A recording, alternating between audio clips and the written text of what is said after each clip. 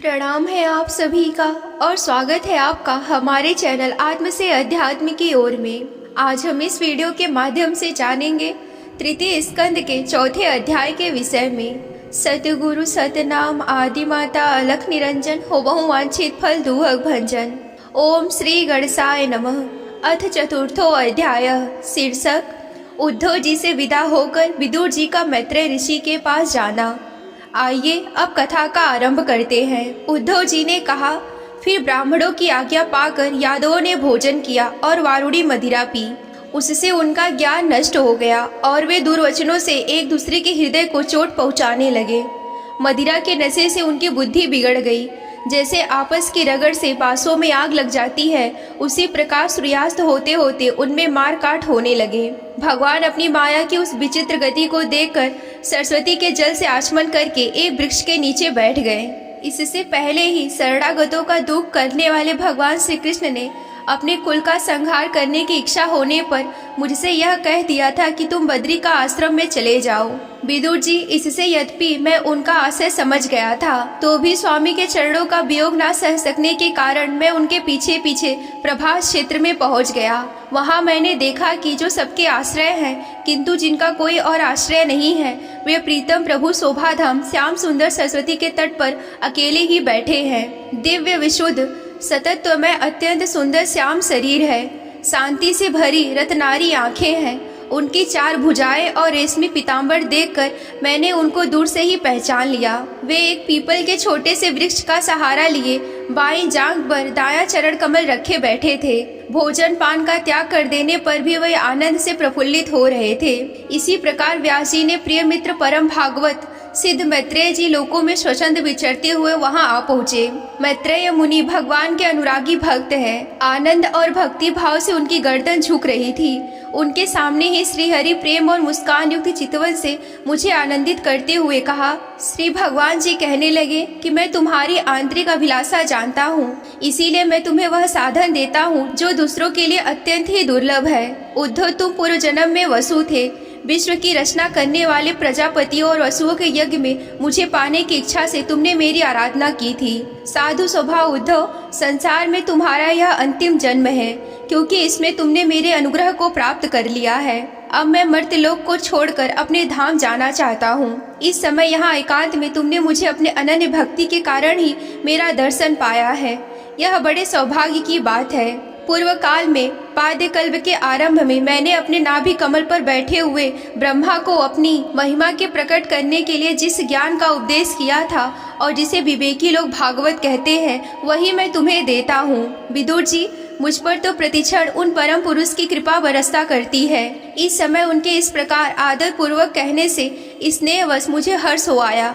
मेरी वाणी गदगद हो गई और नेत्रों से आंसुओं की धारा बहने लगी। उस समय मैंने अपने हाथ जोड़कर उनसे कहा कि स्वामी, आपके चरण कमलों की सेवा करने वाले पुरुषों को इस संसार में अर्थ, धर्म, काम और मोक्ष, इन चारों में से कोई भी पदार्थ दुर्लभ नहीं है। तथापि मुझे उनमें से किसी की भी इच्छा नहीं है। मैं केवल आपके चरण कमलों की सेवा के लिए ही ललायित रहता हूँ। प्रभु, आप निष्प्रिय होकर भी कर्म करते हैं, अजन्मा होकर भी जन्म लेते हैं, काल रूप होकर भी शत्रु के डर से भागते हैं और द्वारका के किले में जाकर छिपे रहते हैं। स्वात्मा राम होकर भी 16,000 स्त्रियों के साथ रमण करते हैं।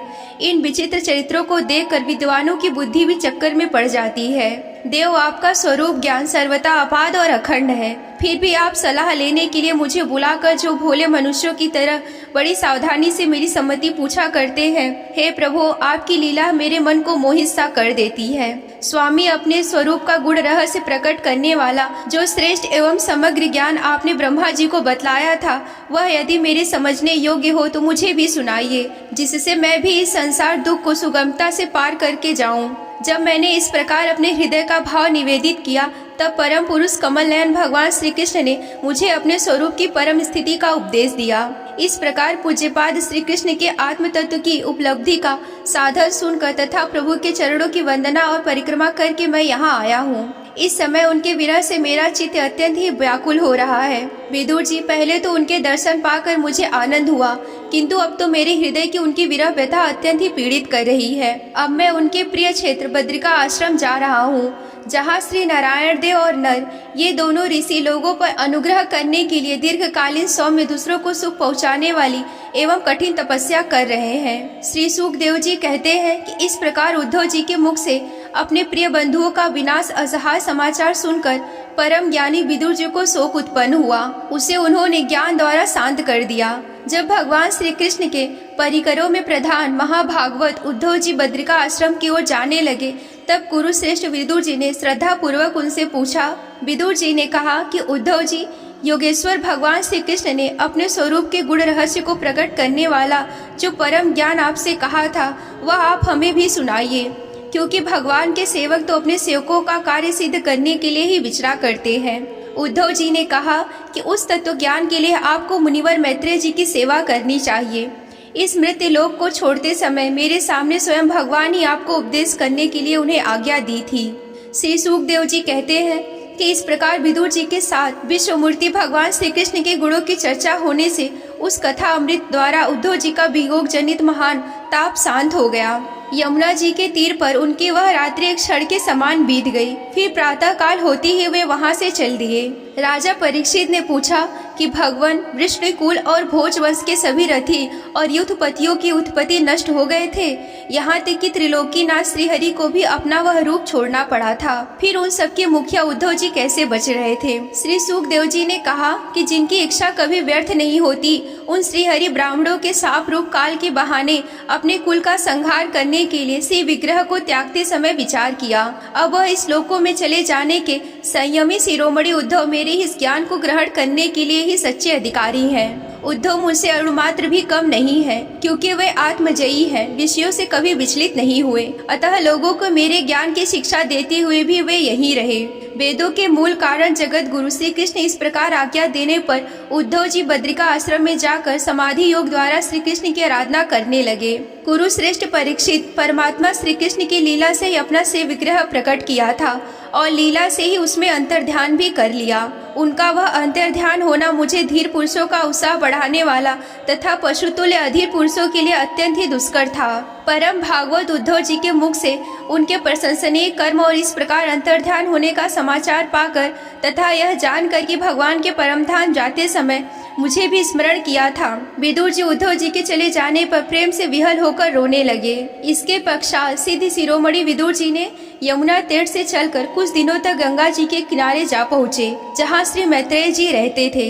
यहीं पर श्रीमद् भागवत महापुराण के तृतीय स्कंद का चौथा अध्याय समाप्त होता है। अगर आप श्रीमद् भागवत महापुराण की कथा में रुचि रखते हैं और विस्तार पूर्वक यूं ही वर्णन सुनना चाहते हैं, तो हमारे चैनल आत्म से अध्यात्म की ओर को सब्सक्राइब कर लीजिए। आज के वीडियो में बस इतना ही। मिलते हैं अगले वीडियो में। तब तक के लिए आप सभी को जय आदि शक्ति भोलेनाथ जी। हर हर महादेव।